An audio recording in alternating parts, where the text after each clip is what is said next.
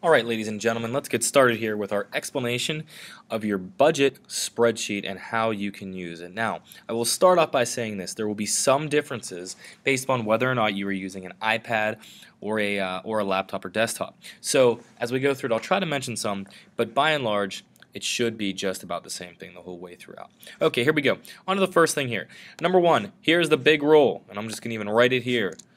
Only write where there is a black background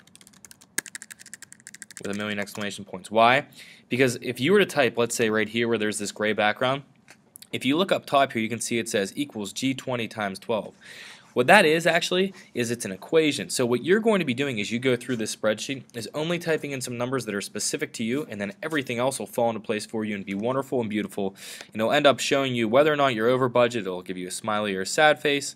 And if you're using a computer, you'll even get to see a pie chart where all your expenses are. So how can we make sure that we don't screw anything up? Only type where there is the black box here. Let's get started here with the first thing you're going to be typing in.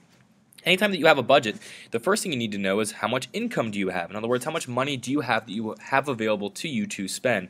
This is really the most important box out of the whole spreadsheet here, because this is going to dictate everything else that you can do. Now, what you're going to type in here is your income.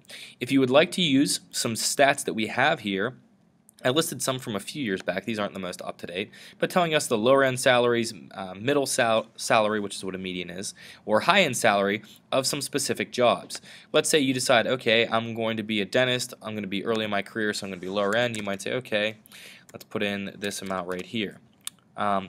If you would like to get the most up-to-date though, and I would suggest you do this, right here is the Bureau of Labor Statistics, and this gives you a specific listing of all of the current average salaries, I guess you could say, for different jobs. You can click there.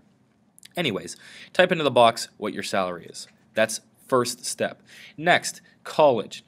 And something that I want to emphasize here about a lot of these. Now, the Bureau of Labor Statistics, that's going to give you a very specific price that is accurate. Some of these costs over here, I'm just generalizing just to give you an idea. So please don't take it as being this is the end-all be-all. It has all facts that are perfectly aligned up with every school. Not at all. I just give you some general ideas here. How much is it going to cost you to get your degree, though? Let's say if you're at a state school, Slippery Rock, Indiana University, Pennsylvania, those types, maybe it's going to cost you around $60,000. Most recently, I actually checked this, and it's actually higher now, but we'll just use that number for the time being. What you're going to do is you're going to decide what type of school would you like. A private school maybe cost you $140,000, Pitt, Penn State, $100,000, whatever. Type in your school cost right here in this black box. If you're going to have a scholarship or parents paying, or you're going to work throughout the process and pay off some of that as you go, you can put the money into this box right here. That will play an important role later on. So, add in your school cost. Next, let's go over here to savings. And by the way, I would suggest that as you're watching this video, you maybe want to put in the numbers, push pause, and then we can jump back and forth, and that could be an easy way for you to keep up with what's going on here. Next, savings for retirement, or maybe not even retirement, just savings for a rainy day, as they say. In other words, if something goes wrong, how much do you want to put into savings? Or investing. And this is going to be a percentage number. So you could say, okay, I want to put in 10%. These are some guidelines that I found on what would be ideal. I'd say putting in 20% early on in your career is probably going to be really, really, really difficult, just because of a lot of different things, including the fact that your income isn't as high as it will be later on. However, if you start saving early on, it has a tremendously positive impact for you later, because that gives a longer amount of time for your money to grow for you and work for you. So the more you can save early, the better off you'll be. Add in your percentage right here. Next, on your home, a little bit of a change this year, added in a new category here, which is rent. So you can either buy or rent a home. This is a really, really complicated equation, just so that you know, with the home ownership, and I'll tell you about that in a minute. A lot of people like to rent early on. There's nothing wrong with that at all. I can tell you this, a lot of people who like to buy a house, that's because as they pay off their house, it's something that they could theoretically sell later on, and it can actually make them money, whereas anytime that you pay rent, you don't get anything back on it. So let's say you pay rent for $1,000 a month for 10 straight years. What you've essentially done is given away $120,000 that you can't make anything back on. Whereas if you were to be making those same payments into a house, at the end of those 10 years, you might be able to sell your house and make back some of that money, so it could work for you pretty well. That's why home ownership is something that some people like. However, on the other end, if something breaks in your home and you own it, you definitely have to fix it, so it can be kind of tricky. Anyways, let's get on to what you have to type in here. Monthly rent. You find rent. You say, okay, I found this place that I can rent. It's going to cost me, let's say, $1,000 a month. You would just put in 1,000 right there, and it works for you. If you find a house that you would like, and you can search through Howard Hanna or Coldwell Banker or any of those websites, and I have a lot of them listed actually, and you will be given those resources. You can find the house you'd like. Now this is the total home cost. Then we have our down payment, which you're really required to put at least some money down early on. The government's been a little bit more lenient on that as of late. What we did, just so you know, is we gave a 6% interest rate, which could be changed. And actually, if you know what you're doing, and let's say you have a parent who's very comfortable with this and they want to change this around, feel free to change around the interest rate to make it different. Currently, you can get it a little bit lower. It's pretty low right now. Sometimes it's higher, though, over time. Now, just to note a couple more things here, and this is for those of you who are into this type of thing. These are a lot of equations in here, so do not go around and mess around with these different boxes right here, or else it will screw up your spreadsheet. So let's say your home that you want to buy is $250,000. I'm going to cut out the rent because we're not going to do that for right now. You put $20,000 down. That's going to give you your numbers. Don't worry about anything else. And property tax, if you want to look at it, you can. What this is basically saying is that you would be paying about $8,000 a year in property tax on that house. So decent bit of property taxes you'd be paying here in Upper St. Clair. Next, on to cars. Okay, you want to own a car. How how expensive is your car going to be? Well, I made it so you can own up to 4 cars, just because in case you have a family or you really like cars and you're planning to make a whole lot of money, you can put them all in. Basically, here's how it works. It's going to be the loan amount that you're going to be taking out. So let's say the car you find is $25,000. Maybe you're going to put $5,000 down on the car, which means you're going to have $20,000 financed, 5% interest rate. There's all of our good stuff. If none of that made sense to you, here's the basics. Only put in how much your car costs, and then we'll be good. You can also consider how many miles are driven in a year. I'd say 12,000 is relatively average on the low end. You can get up much, much higher. You can get lower if you're going to be doing only local driving. And then you can put in the miles per gallon on your car.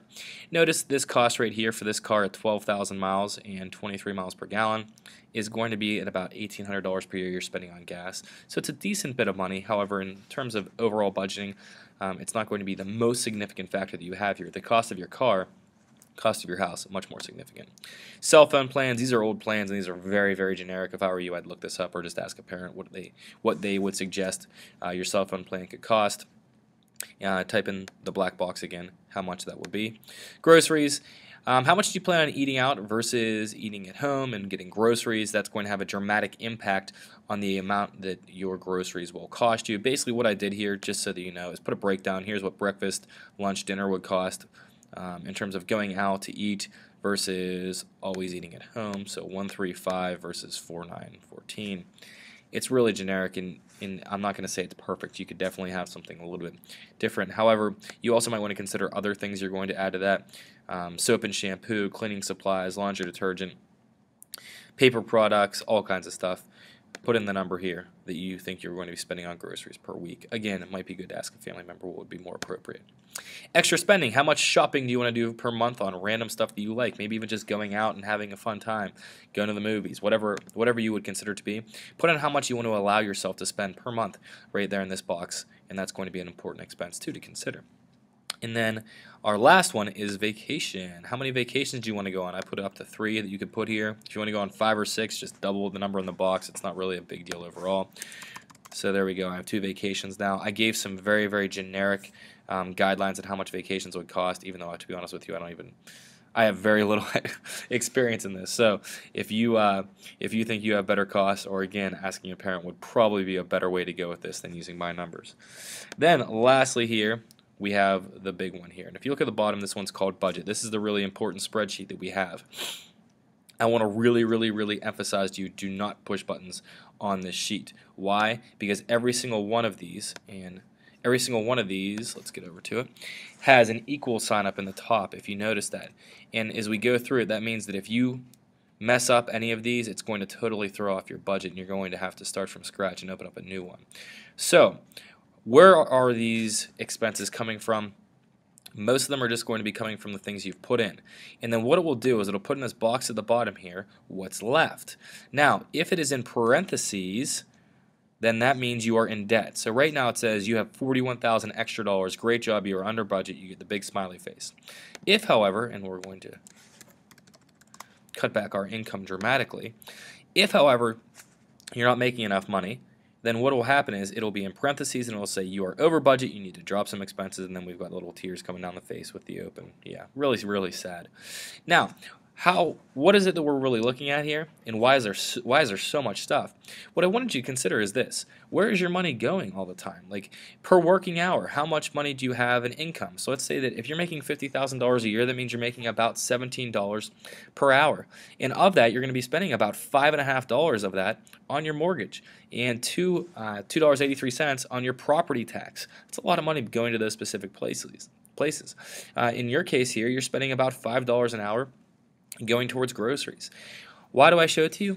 Pretty simply, just because I want you to be able to consider where does your money actually go? Like what is the value of your work? Where is it going towards? And where can you maybe cut back? Let's say if you need to cut back. And in this case, you would really need to cut back by $17,000, which is quite a bit.